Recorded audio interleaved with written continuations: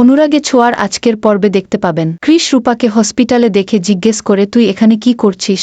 তখন সাক্ষ্যদীপ বলে, তোমরা কি একই ক্লাসে পড়ো? তাহলে আমার একটা আর্জেন্ট কাজ পড়ে গেছে, তুমি ওকে স্কুলে নিয়ে যাবে। এদিকে ক্লাসে বসে সোনা বাড়িতে যা হয়েছে সবটা নিয়েই চিন্তা করছিল। সেই সময় আরিয়ান একটা চিরকুট সোনার দিকে ছুঁড়ে ফেললে সোনা মনে মনে খুশি হয়ে যায় যে আরিয়ান আমার সাথে কথা বলতে চায়। এরপরে ক্লাসের বাইরে এসে আরিয়ানের সঙ্গে দেখা করলে আরিয়ান বলে যে, তুই তো জয়ের ভালো বন্ধু, জয়ের ফোন নাম্বার আছে তোর কাছে।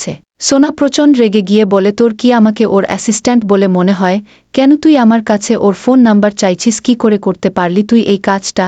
রূপা স্কুলে এসেছে দেখে আরিয়ান নিজেই রূপার কাছে আসে কথা বলার জন্য। তখনই সোনা বলে যে, তুমি প্রথম ক্লাসটা মিস করেছ, তুমি এখন ক্লাস করতে যাবে।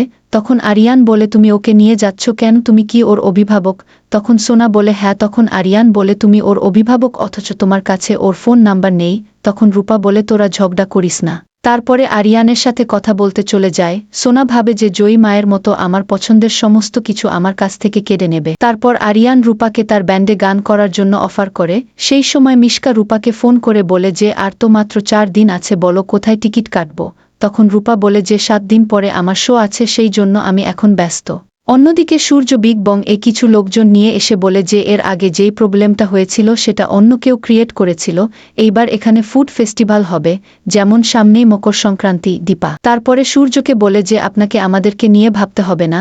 সূর্য বলে, যেটা হয়েছে সেখানে কোনোভাবে আমিও দায়ী, সেই জন্য বিগ বংকে আগের জায়গা পর্যন্ত ফিরিয়ে দেওয়া, আর জয়ের চোখের অপারেশন হয়ে যাওয়া পর্যন্ত আমি এখানেই থাকব। সোনা বাড়িতে এসে দেখে চারু ব্যাগ গোছাচ্ছে। কেন সূর্য কি তাকে আর মেনে নেবে না? তখন সোনা বলে যে, আমি আমার মা দীপা সেনগুপ্ত আর জয়ীকে আমাদের লাইফ কন্ট্রোল করতে দেব না। অন্যদিকে রিহার্সাল রুমে যখন আরিয়ান জয়ীর জন্য অপেক্ষা করছে, তখন আরিয়ানের বন্ধুরা তাকে লেগ পুলিং করে তারপরে বলে, তুই যে আমাদের সঙ্গে মারপিট করছিস, জয়ী দেখলে কি হবে?